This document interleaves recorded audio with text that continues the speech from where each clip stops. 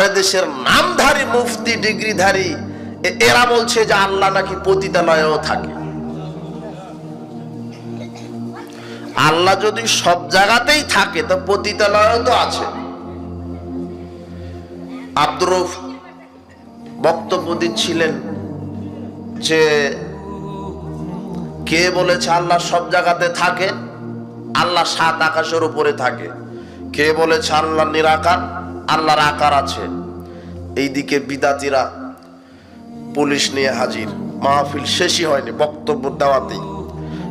আব্দুর রউফ বলছেন যে বক্তব্য শেষ করি তারপরে কথা। বক্তব্য শেষে নেমে বাড়িতে গেলেন।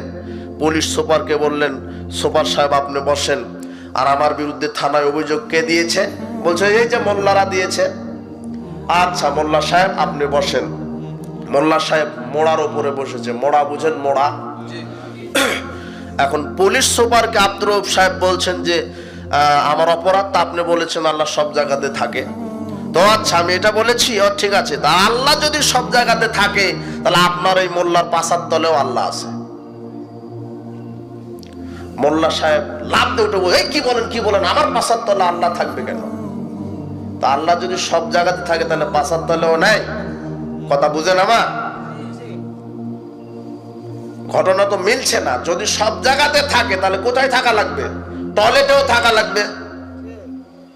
এরপরের কি অপরাধ? তো বলছে আপনি বলছেন আল্লাহর নাকি আকার আছে, তো এটা অপরাধ। আচ্ছা ঠিক আছে।